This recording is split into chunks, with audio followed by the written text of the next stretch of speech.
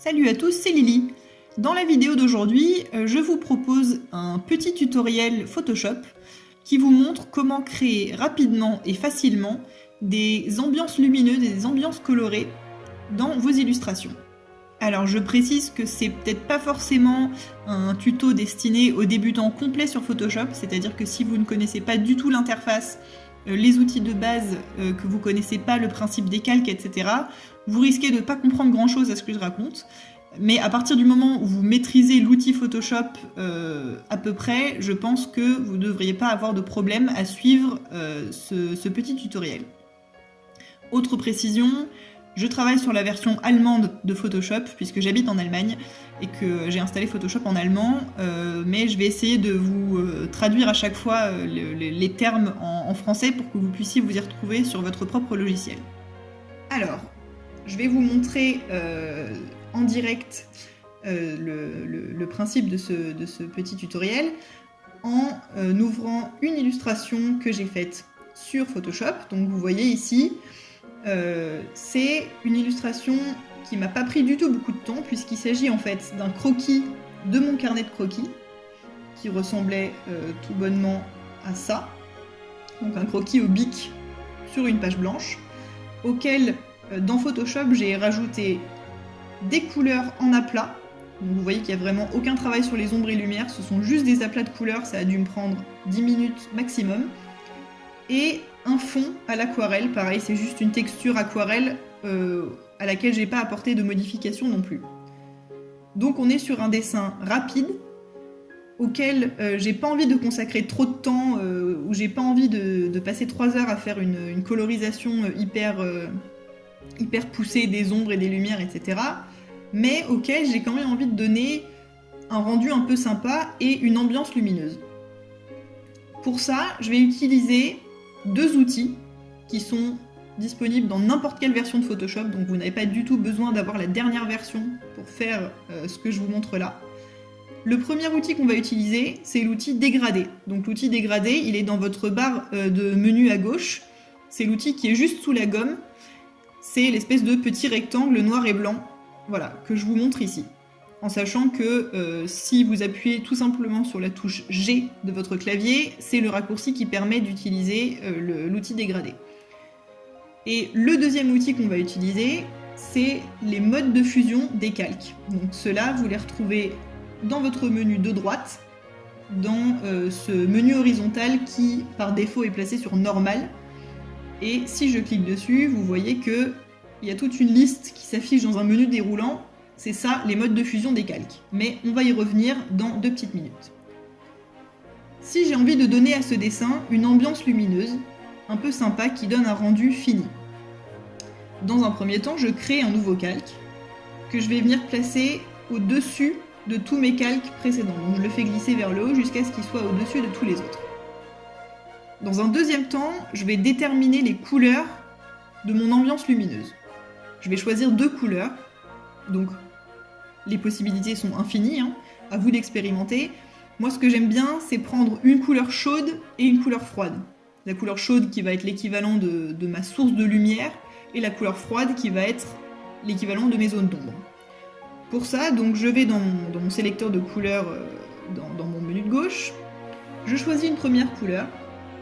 Donc là, allez, on va partir sur une espèce de orange rouge, donc une lumière chaude, que je sélectionne. Hop. Et en guise de deuxième couleur, je vais choisir une couleur plus froide et plus foncée, qui va être donc l'équivalent de mes ombres. On va prendre, par exemple, un mauve qui tire sur le rose, voilà, pas trop saturé, pas trop clair, qui offre un contraste assez important avec la couleur numéro 1. Voilà. Mes 2 couleurs sont choisies, elles apparaissent dans mon menu en bas à gauche. Je prends maintenant mon outil dégradé et sur le nouveau calque que je viens de créer, je vais tracer un dégradé. Hop, vous voyez que par défaut, ce dégradé se positionne donc de manière opaque, donc on voit plus du tout l'illustration qui est en dessous, et le dégradé va de la couleur numéro 1, mon orange, ma couleur chaude, à la couleur numéro 2, mon violet, ma couleur froide. Là, tel que c'est là, on est d'accord que ça n'a pas grand intérêt puisque ça a totalement recouvert le dessin qui est en dessous. C'est là que entrent en ligne de compte les modes de fusion des calques. Par défaut, je vous le disais, le mode de fusion est placé sur normal. Normal, c'est cet effet-là, c'est un calque qui est opaque, qui est juste le calque de couleur, sans qu'on voit ce qu'il y a en dessous. Si maintenant je change le mode de fusion, si par exemple je vais sur le mode produit, alors en français ça s'appelle produit, c'est le quatrième en partant du haut de la liste, hop, si je sélectionne mon mode produit, vous allez voir que le calque se place de manière translucide, entre guillemets, c'est-à-dire qu'on voit l'illustration qui est en dessous, sans pour autant qu'on perde ce dégradé du chaud vers le froid que j'ai créé sur mon calque supérieur.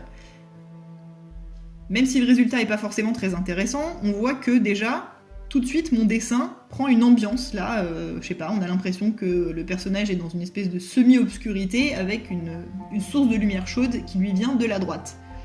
Mais il y a des modes qui sont beaucoup plus sympas, je trouve. Par exemple, si je place mon calque maintenant en mode, alors en français ça doit s'appeler incrustation. Je prends le mode de fusion qui s'appelle incrustation. Hop, vous voyez que là, on passe à une illustration qui a un effet de soleil assez pétant, assez éclatant, avec toujours cette lumière chaude qui vient de la droite et ces zones un peu plus ombragées qui sont sur la gauche du dessin. Donc vous voyez que par exemple le manteau du personnage, qui était uniquement un aplat de couleurs, qui ressemblait à ça, donc qui était turquoise en aplat, avec mon calque, il va prendre une couleur orangée sur son côté droit et une couleur bleutée plus froide sur son côté gauche. Ce qui donne tout de suite l'impression, encore une fois, qu'il y a une source de lumière dans le dessin, alors que en dessous c'est juste des aplats. Si vous trouvez que le rendu avec l'incrustation est un peu trop pétant, un peu trop extrême, le mode de fusion suivant est très sympa aussi, il doit s'appeler lumière tamisée, en français je crois. Si vous passez votre calque en lumière tamisée, vous avez le même effet mais en plus tamisé, comme son nom l'indique. Donc si je passe mon calque en mode invisible, vous voyez qu'il y a quand même une différence. Là, c'est sans le calque de dégradé, et là, avec le calque de dégradé, vous voyez qu'il y a toujours cette lumière chaude qui vient de droite. Et ainsi de suite. Je vais pas tous vous les montrer, mais tous les modes de fusion ont une espèce de rendu différent en fonction de ce que vous leur faites faire. Donc le mode de fusion suivant, qui s'appelle lumière crue en français, vous voyez que on est encore sur un truc complètement différent des autres. Là, on a plus un espèce de rendu lumière de fin d'après-midi, lumière très chaude, l'espèce de lumière du soleil ras quand il est sur le point de se coucher. Enfin, moi, ça me fait penser à ça. Encore une fois, mes aplats de couleurs se sont transformés, ils sont plus chauds dans les tons orangés à droite, plus froids dans les tons mauves à gauche. Les possibilités sont infinies. Là, tout ce que je viens de vous montrer là, c'est les deux mêmes couleurs, mon orange et mon violet, avec différents modes de fusion. Sachant que vous n'êtes pas du tout obligé d'utiliser un orange et un violet. Par exemple, si je me dis que j'aime bien là l'effet que j'ai là au niveau de mon mode de fusion, mais que je suis pas très fan des couleurs, il me suffit d'aller dans ma courbe de modification des couleurs, que vous ouvrez, si vous travaillez avec les raccourcis, c'est CTRL-U sur PC. Vous avez votre courbe de couleurs qui s'affiche, et vous pouvez modifier tout simplement les couleurs de votre dégradé. Vous voyez que là, hop, si je déplace mon curseur, ma lumière orange va passer à une lumière jaune, puis à une lumière verdâtre, puis à une lumière turquoise bleutée. Et à l'inverse, si je déplace mon curseur vers la gauche, on va passer d'un orange à un rouge, à un rosé, à un mauve, etc. Après, c'est à vous d'expérimenter, c'est à vous de voir ce que vous avez envie de donner comme rendu à votre illustration. Hop, on va la remettre à 0.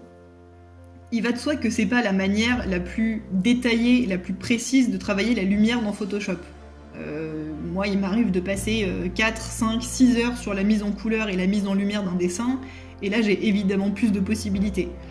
mais pour un rendu sympa qui soit rapide, je trouve que ces deux outils-là, donc dégradé et mode de fusion des calques, permettent malgré tout d'arriver à des résultats plutôt chouettes en 5 minutes chrono maximum, si vous bidouillez un peu. Après, les modes de fusion, je vous les ai pas tous montrés, hein. Il y en a qui donnent des effets encore plus... qui n'ont plus rien à voir avec ce que je vous montrais là. Si vous allez sur tout ce qui est les modes de fusion en négatif, vous voyez que c'est encore totalement autre chose. Bon, après, tout dépend du style que vous avez envie de donner à votre dessin, hein, mais on peut faire énormément de choses rien qu'avec ces deux petits outils. Voilà, c'est tout pour aujourd'hui. Je pense que j'ai dit et montré l'essentiel. S'il y a des choses que vous n'avez pas comprises, s'il y a des choses que vous voulez que je vous explique plus en détail, n'hésitez pas à me poser des questions sous la vidéo en commentaire, je vous y répondrai sans problème. Et sinon, je vous dis à la semaine prochaine pour une nouvelle vidéo sur le domaine du dessin et ou de la BD. Salut!